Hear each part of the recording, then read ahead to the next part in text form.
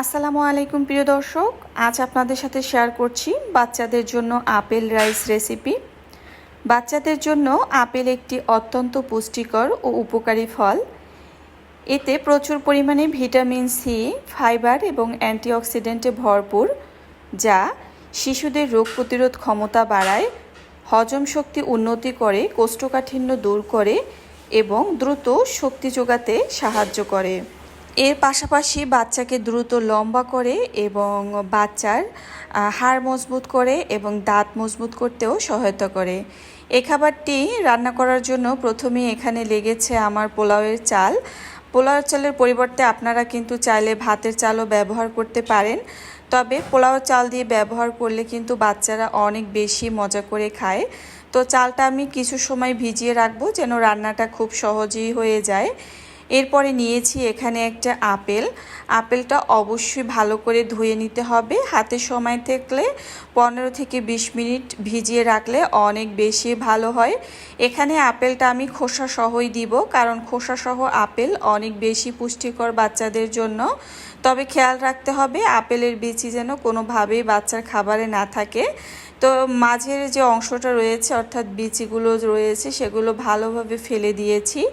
এখানে আমি পুরো একটা আপেল ব্যবহার করব, আপনারা চাইলে অর্ধেকটা পরিমাণও ব্যবহার করতে পারেন। আপেল বাচ্চাদের হজম শক্তি এবং পেট ভালো রাখে। আপেলে থাকা পেকটিন নামক ফাইবার শিশুদের হজম প্রক্রিয়া সহজ করে এবং কোষ্ঠকাঠিন্য ও ডায়রিয়া প্রতিরোধে সহায়তা করে। এছাড়াও কিন্তু বাচ্চার রোগ প্রতিরোধে সহায়তা করে। তো এখানে ভিডিওর বাইরে একটু কথা বলছি। এই যে দেখতে পাচ্ছেন আপেলটা কিন্তু আমার বেবি খেয়ে নিয়েছে।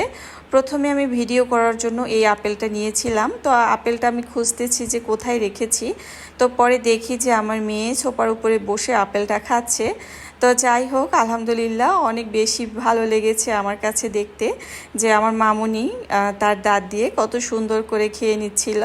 তো পরবর্তীতে আমি আরও একটি আপেল বের করে কিন্তু রান্নাটা করে নিচ্ছি। তো যাই হোক, এখানে ধুয়ে রাখা পোলাওয়ের চালটা কিন্তু আমি দিয়ে দিচ্ছি। আর এই পর্যায়ে আপনার হাতে যদি অন্য কোনো কাজ থাকে সেটা কিন্তু আপনি করে নিতে পারেন। যেমন আমি করে নিয়েছি, আমার হাতে অন্য কাজ ছিল, কারণ আমরা ব্যস্ত মায়েরা তো আর একটা কাজ নিয়ে বসে থাকি না, এর মাঝে আমাদের অনেকটা কাজ করতে হয়। তো যার কারণে কিন্তু আমি এখানে সামান্য পরিমাণ লবণ ব্যবহার করেছি, সেটাও কিন্তু 1 বছরের আগে বাচ্চার খাবারে লবণ দিবেন না। আর এরপরে এভাবে দিয়ে হালকা আছে বেশ কিছু সময় রেখেছি। এরই ভিতরে কিন্তু আমি আমার অন্যান্য কাজগুলো সেরে নিয়েছি, আপনারাও চাইলে এভাবে করতে পারেন। তো যাই হোক, এখানে কিন্তু পোলাওয়ের চালগুলো 80% মতোই সিদ্ধ হয়ে গিয়েছে বলতে পারেন। তো এরপরে কিন্তু আমি এখানে যে কেটে রেখেছি আপেল, সেই আপেলগুলো দিয়ে দিয়েছি। আর 6 মাস বয়স থেকে কিন্তু বাচ্চাকে আপেল খাওয়াতে পারবেন। আপনারা চাইলে আপেলের শুধু পিউরি তৈরি করেও খাওয়াতে পারেন। এর পাশাপাশি এখানে আমি ব্যবহার করেছি মিষ্টি আলু বাচ্চারা অনেক বেশি পছন্দ করে, তাছাড়া এটা তাদের স্বাস্থ্যের জন্য ভীষণ উপকারী।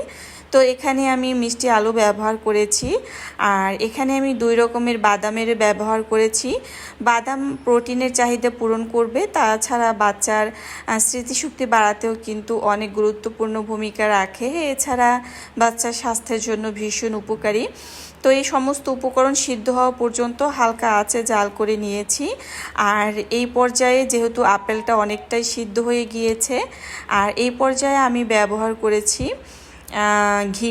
ঘি যেহেতু স্বাস্থ্যকর ফ্যাট, এটা বাচ্চার ওজন এবং স্মৃতিশক্তি দুই বাড়াতে ভূমিকা রাখে। তো অবশ্যই বাচ্চার খাবারে প্রতিদিন একটু হলেও মানে ঘি এখানে যুক্ত করা উচিত।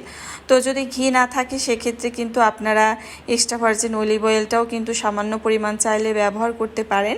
তো ঘি দেওয়ার পরে আমি 2 থেকে 3 মিনিট জাল করে নিব। আর এই খাবারটা গরম থাকা অবস্থায় একটু পাতলা টাইপের হয়, আর যখন ঠান্ডা হয়ে যাবে তখন কিন্তু ঘনত্ব একদম ঠিকভাবে চলে আসবে। মূলত বাচ্চা যেভাবে খাবে সেভাবেই। প্রিয় দর্শক, আপেল দিয়ে এভাবে তৈরি করে বাচ্চার জন্য চমৎকার একটি খাবার আপনারা তৈরি করতে পারেন।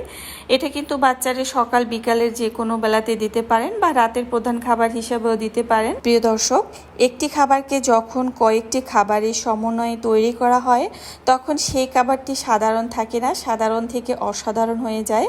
অর্থাৎ একটি খাবারকে যখন কয়েকটি উপকরণ দিয়ে তৈরি করা হয় সেই খাবারটা অনেক বেশি পুষ্টিকর, মজাদার এবং স্বাস্থ্যকর হয়ে যায়। এতক্ষণ সাথে থাকার জন্য অসংখ্য ধন্যবাদ।